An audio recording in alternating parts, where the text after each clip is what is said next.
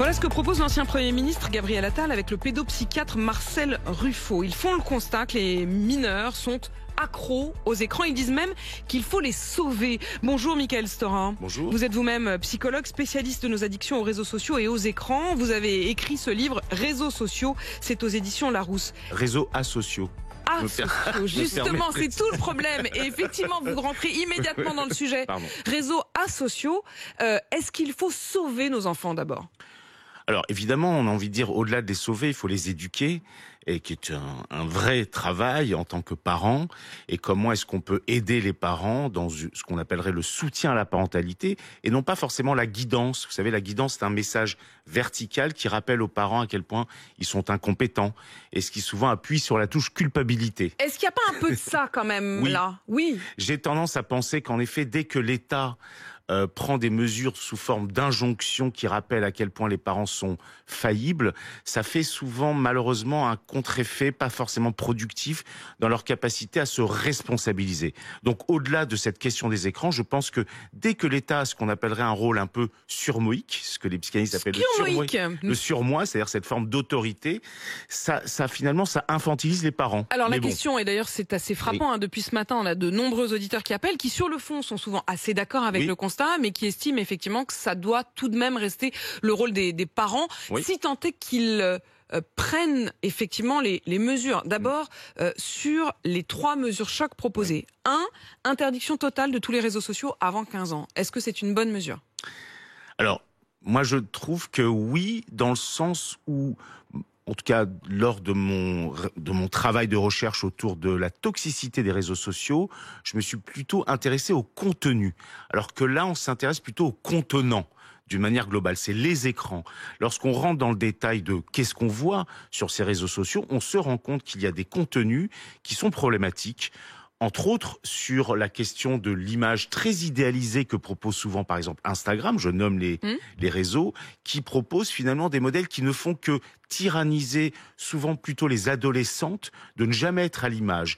Alors que là, ce qu'on évoque, c'est plutôt la problématique du harcèlement ou du temps d'écran. Donc souvent, je crois qu'il y a un moment où il faudrait plutôt rentrer dans une réflexion sur le contenu. Donc oui, il y a des contenus, et je pense que je suis plutôt spécialisé dans les adolescents en tant que psy. Et vous savez, les adolescents sont plutôt intelligents et ils aiment bien qu'on s'adresse à leur part intelligente.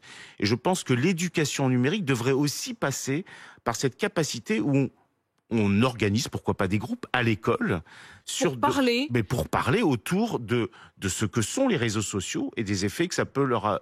Mais pardon de vous reposer la question très précisément, Michael Storin, est-ce que vous conseillez à ceux qui viennent précisément dans votre cabinet ou à ceux qui nous écoutent ce matin de repousser en effet l'entrée dans les réseaux sociaux de leurs enfants ? Est-ce que 15 ans, ce serait un bon âge ? Alors écoutez, je ne sais pas pourquoi 15 ans, je m'interroge pourquoi 15 ans et pas 16 ans. Moi j'ai tendance à penser que, en tout cas dans ce qu'on perçoit plutôt des réseaux sociaux, c'est que beaucoup d'adolescents utilisent souvent les réseaux sociaux pour communiquer entre eux. Bon, ça c'est une chose. Après, ça ils le feraient autrement, ils pourraient s'envoyer des SMS. Mais c'est ce qu'ils font aussi. Mais ils utilisent entre autres Snapchat, on le sait. Bon voilà. Et là après, au fond, c'est cette idée de se dire pourquoi est-ce qu'on interdit.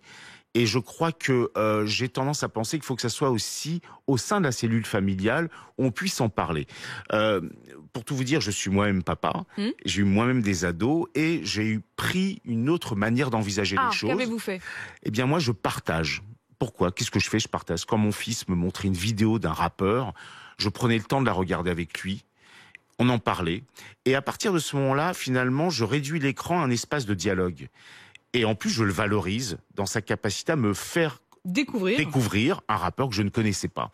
Et je crois que cette idée d'utiliser l'écran comme un espace de partage, déjà à l'époque pour l'éducation à la télévision, c'est ce qu'on disait. C'est qu'il faut utiliser les écrans. La regarder ensemble.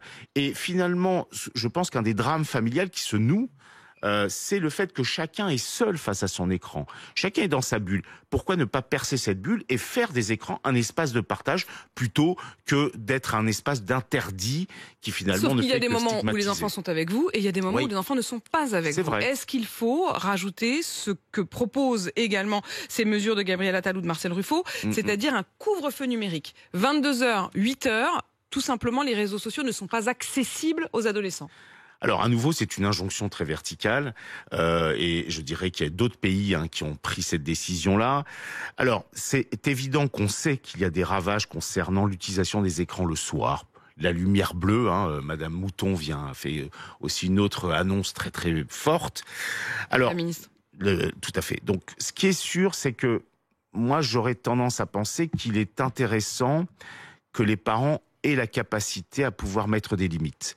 Vous voyez, ce que je veux dire, c'est que ça vient révéler un autre problème très profond dans notre société, c'est à quel point les parents, parfois, ont Pardon, quand je vous entends, à dire non. Mickaël Stora, à la fois je comprends parfaitement ce que vous dites. Au fond, dans un monde idéal, nous devrions, nous, parents, chaque soir prendre le temps d'aller voir nos enfants, de dire hey, toc toc toc, il est 22h, donne-moi ton téléphone, laisse-le dans le salon ou quoi.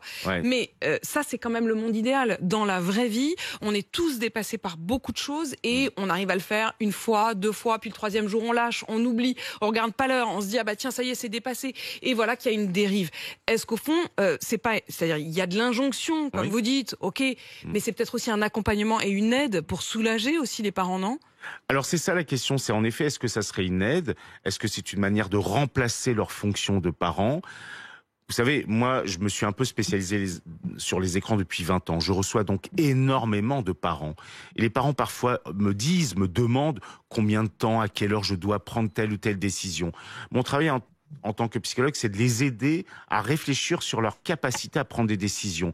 Parce que si je leur dis, il faut faire ceci, il faut faire cela, finalement, les parents ne s'approprient pas la décision. Qu'ils prennent des décisions et qu'ils arrivent à les mettre en œuvre et à les tenir. Parce que finalement, qu'est-ce qui se passe ? Ça commence très tôt quand on est des petits-enfants, quand on frustre un enfant, il vous regarde, pas forcément avec amour, et là le parent est confronté à sa capacité à mettre des limites. C'est ça que je tente de dire, c'est il faut que le parent tienne, y compris quand l'enfant le regarde ou lui dit je ne t'aime plus. Bien sûr. Il faut malgré tout mettre ses limites. C'est ça, c'est là où se situe peut-être l'enjeu, c'est notre capacité, nous en tant que parents, à accepter que oui, on est éducateur et que parfois, il n'y a pas de retour sur investissement affectif. Rassurez-nous, ils ne nous en aimeront pas moins. Non, au contraire. Je voudrais qu'on puisse accueillir Cyril, qui nous appelle au 32-16 et qui nous appelle d'Épinal dans les Vosges. Bonjour Cyril. Oui, bonjour Apolline, bonjour à tous. Cyril, vous êtes buraliste et je crois que vous aviez personnellement une question à poser justement sur votre rôle de parent avec cette question d'écran. On vous écoute. Alors, une question sur le rôle, oui et non. En fait, mon interrogation, c'est sur comment va être mis en place cette limite des 15 ans, peu importe l'âge. Parce que, en fait, tout simplement, moi, j'ai un ado de bientôt 14 ans. Donc, les écrans, c'est la bataille que j'ai très clairement dû abandonner parce qu'il a suffi d'un parent qui donne un téléphone à son gamin pour que moi, je sois obligé, malheureusement, d'en donner un au mien, qui était le dernier de sa classe à ne pas avoir de téléphone. D'accord. Donc cette partie-là j'ai abandonné, mais par contre du coup à l'usage, en fait c'est très simple pour un enfant, et encore plus pour un ado qui est loin d'être bête, de s'inscrire sur un réseau social et de trafiquer sa date de naissance. C'est la seule garantie qu'on a d'interdire à un enfant d'être sur un réseau social ou pas. Donc moi je veux bien suivre les recommandations qui sont prévues par le texte de Monsieur Attal, et à la limite je pense que malheureusement c'est une nécessité parce que notre génération de parents, il y a ceux qui en ont rien à faire et qui ont laissé leurs gamins faire ce qu'ils voulaient, et il y en a une autre qui subit cette manie de mettre les gamins sur les écrans. Mais du coup, voilà, moi ma question c'est ça, c'est comment on va réussir à trouver... Comment on va faire pour le mettre en application ? Cyril, précisément dans votre question, il y a aussi une chose que je trouve très forte, c'est la question de, comme les autres l'ont fait, je ne pouvais pas laisser mon fils être le seul ou le dernier à ne pas avoir de portable. Au fond, est-ce que la bonne chose dans cette histoire de proposition de Gabriel Attal avec Marcel Ruffo, c'est pas de se dire, au moins, on pourra se prévaloir de cela en disant, regarde, de toute façon, c'est interdit pour tout le monde. Est-ce qu'il y a une vraie question, c'est à quel moment est-ce qu'on doit donner un téléphone parce que finalement, on ne veut pas que son fils ou sa fille soit le dernier de la classe, exclu du reste de la communauté en quelque sorte? C'est intéressant parce qu'en effet, j'ai été auditionné par la commission écran de Macron. Et vous savez que la seule recommandation qui a été proposée, c'était que l'accès au smartphone soit à l'âge de 13 ans. J'ai trouvé ça très intéressant avec une forme de symbolique. 13 ans, c'est à peu près la 5e. Ça correspond à un début d'autonomisation. Et que donc, l'idée, c'est de proposer le portable comme un outil d'autonomie, mais tout en sachant que c'est à la maison, et puis c'est les parents qui payent le forfait. Et c'est vrai que j'ai tendance à penser que là, on a que finalement cette idée de 16 ans, alors qu'on est un adolescent, qu'on est dans ce désir de rébellion, on a le droit d'avoir son espace à soi. Et finalement, c'est vrai que oui, parfois les parents ont tendance à penser que les autres le font, donc je vais le faire.